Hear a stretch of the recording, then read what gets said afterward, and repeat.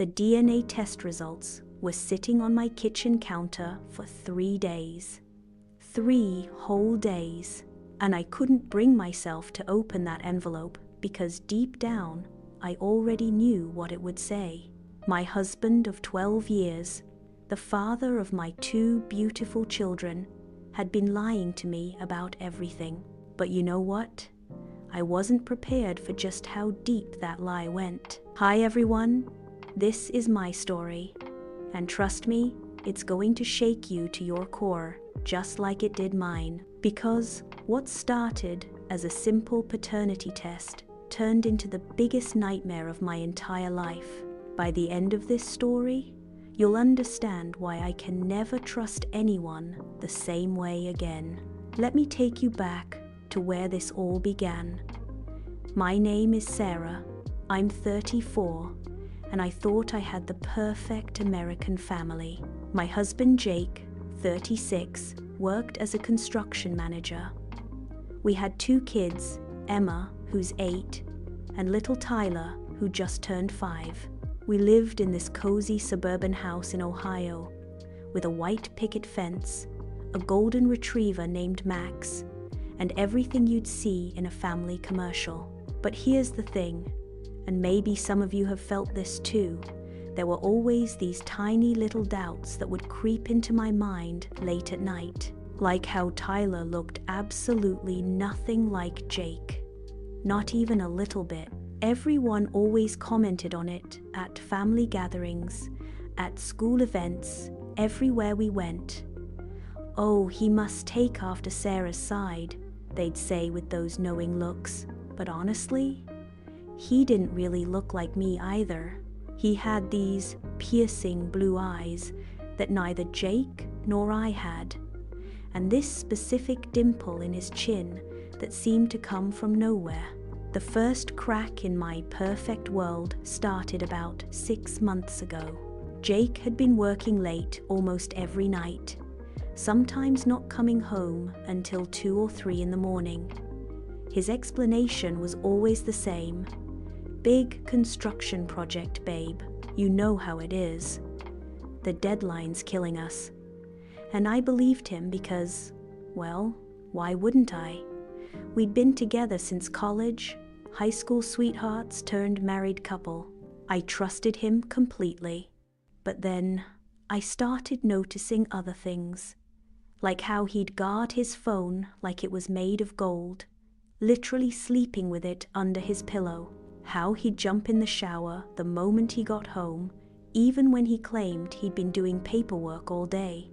How he'd get these weird calls at dinner time and step outside to answer them, whispering like he was sharing state secrets. The breaking point came when Emma, my 8-year-old, innocently asked me during breakfast, "Mommy, why does Daddy smell like different perfume when he comes home? It smells pretty, but it's not like yours." Can you imagine? My own daughter noticing what I'd been trying to ignore for months. That innocent question hit me like a truck. That's when I knew I couldn't pretend anymore. Have you ever had that moment where everything just clicks? Where all those little weird things suddenly make perfect sense?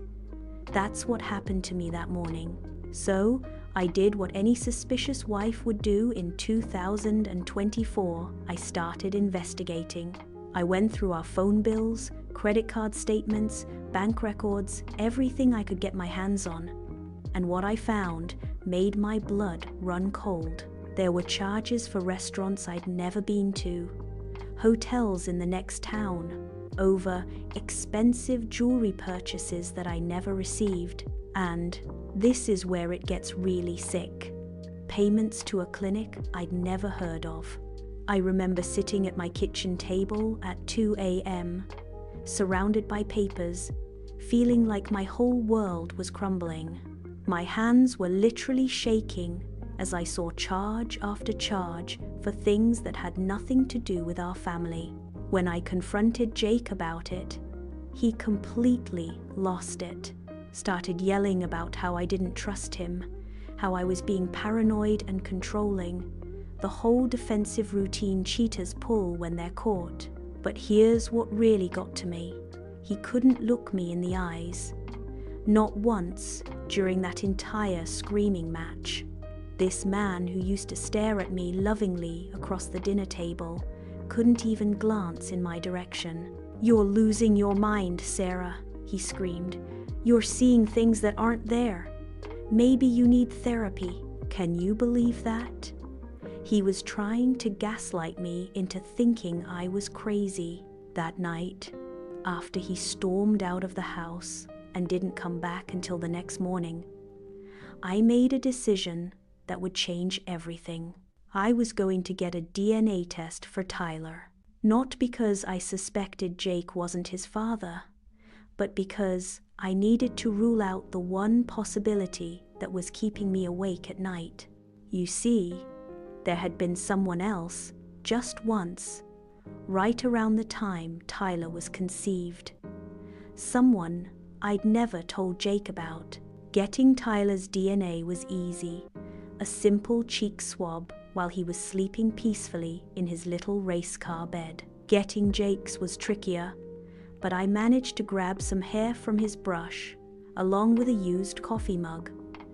I sent everything off to a lab and waited. 2 weeks felt like 2 years. Every day I'd check my email obsessively, my heart pounding every time I saw a new message. But here's where this story takes a turn that nobody, and I mean nobody, saw coming. The results came back, and yes, Jake was Tyler's biological father. 99.9% match. I should have been relieved, right? Should have felt guilty for doubting our relationship, but instead, I felt this overwhelming dread because that meant my husband was definitely cheating, and it had nothing to do with paternity questions. I remember staring at that report thinking, "Okay, Sarah, so your husband is Tyler's dad, but he's still lying about something major. What the hell is going on?" So, I decided to dig deeper. I hired a private investigator, spent 30 of our emergency savings that I'd kept hidden in a separate account. Best money I ever spent, because what he found out destroyed everything I thought I knew about my life. The PI called me on a Tuesday afternoon while I was folding laundry. I'll never forget his voice when he said, "Mrs. Thompson, you need to sit down. What I'm about to tell you is going to be very difficult to hear." Jake wasn't just having an affair, he was living a completely double life. For the past 4 years, he'd been married to another woman named Lisa in the next state over. Not just dating, not just in a relationship, married. They had a wedding ceremony, a marriage certificate, joint bank accounts, the whole thing. And get this, they had 2 kids together, ages 6 and 3. 2 kids who looked exactly like Tyler and Emma. Same blue eyes, same chin dimple, same everything. But wait, there's more. Remember those clinic payments? Turns out, Jake had been getting regular STD tests because he wasn't just juggling 2 families. He was sleeping with random women from dating apps too. Tinder, Bumble, you name it. And he never once thought to warn me that I might need to get tested too. When I saw those photos, the private investigator showed me pictures of Jake at his second wedding, playing with his other kids at a park, kissing this other woman like she was the love of his life. I literally collapsed on my kitchen floor. I'm talking full-on breakdown, screaming until my throat was raw, crying so hard I couldn't breathe, punching the floor until my knuckles bled. My neighbor actually called 911 because she heard me screaming and thought someone was attacking me. That's how destroyed I was. My husband, the man I'd shared a bed with for 12 years, who I'd trusted with my life, who helped me raise our children, who I'd supported through his father's death.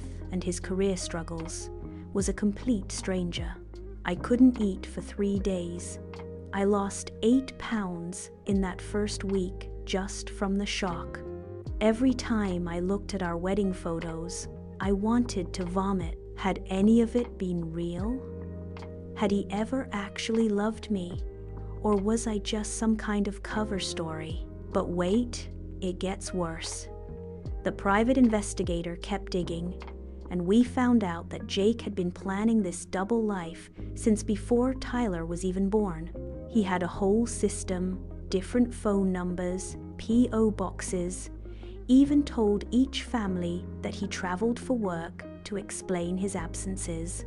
I confronted him with everything: the private investigator's report, the photos, copies of his second marriage certificate, all of it. I spread it all out on our dining room table like evidence in a courtroom. And you know what this pathetic excuse for a human being said to me? "Sarah, you don't understand. I love both families. I was trying to keep everyone happy. I never wanted to hurt anyone." Can you believe that? Like he was some kind of hero for maintaining this massive lie. I lost it. Completely lost it. I threw everything I could get my hands on: plates, books, picture frames, even his precious baseball trophy collection. I told him he had 1 hour to get his stuff and get out, or I was calling the police for bigamy, which is actually illegal in Ohio. 후폭풍 여운 15, 영 17, 영. The next few months were pure hell. The divorce proceedings revealed even more lies: secret bank accounts, credit cards I didn't know about, debt in my name that I never signed for. Jake had been stealing from both families to maintain his double life, maxing out credit cards and taking loans against our house without telling me. The worst part? Having to explain to Emma and Tyler why Daddy wouldn't be living with us anymore. How do you tell an 8-year-old and a 5-year-old that their father is essentially a criminal without destroying their ability to trust people ever again? Emma kept asking if it was her fault, if she'd done something wrong. Tyler started wetting the bed again and having nightmares. But here's what really messed with my head. His other wife, Lisa, reached out to me through Facebook. Turns out she'd suspected something was wrong too, but she thought he was just having regular affairs. She had no idea about our family existing. When she saw my profile and realized Jake had been lying to her for years too, she was just as devastated as I was. We actually ended up supporting each other through this nightmare. 2 women who should have hated each other, bonding over the fact that we'd both been fooled by the same man. Lisa and I would text each other at 2 a.m. when we couldn't sleep, sharing stories about Jake's lies and helping each other figure out what was real and what was fake in our relationships. The legal mess was unbelievable. Jake was facing criminal charges for bigamy, fraud, and identity theft. Both families had to go through everything: bank statements, photos, memories, trying to figure out what parts of our lives had been genuine. Today, 6 months later, I'm slowly rebuilding my life. The kids are in therapy twice a week, I'm in therapy, and we're all learning how to trust again. Some days are better than others. Emma still asks when Daddy's coming home, and Tyler drew a picture of our family at school that made his teacher cry because it was just the 3 of us with big, sad faces. Jake? Last I heard, he was living in some cheap apartment across town, paying child support to both families and facing up to 5 years in prison. His construction company fired him when they found out about the criminal charges. Both his families want nothing to do with him.